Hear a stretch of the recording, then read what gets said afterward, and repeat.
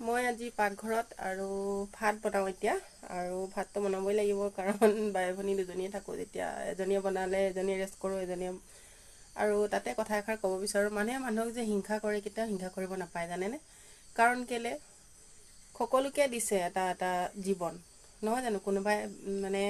নিজে কৰি আগবাঢ়ি গৈছে কিছুমানে নিজৰ মানে নকৰি কিছুমানে বহুত ধন টকা পইচা গোটাব পাৰিছে আৰু আমাৰ মানুহ কিছুমান আছে বহুত মানুহ মানে হিংসা ভাৱটো ৰাখে হিংসা কেতিয়াও কৰিব নাপায় সেইটো ভগৱানে হ'লেও মাফ নকৰে নহয়নে ফ্ৰেণ্ড আৰু কেলে হিংসা ভাৱটো যদি মই আজি সেই মানুহজনক কৰোঁ আজি সি ইমান উন্নতি পথলৈ গৈছে বা কিয় গৈছে এইটো ভাৱটো যদি মই বেলেগৰ ৰাখোঁ কেতিয়া মই উন্নতি পথলৈ মই যাব নোৱাৰিম কাৰণ কেলে তেখেতৰ সুখত মই যদি সুখী হওঁ সেই তেতিয়াহে মোক ভগৱানে চাব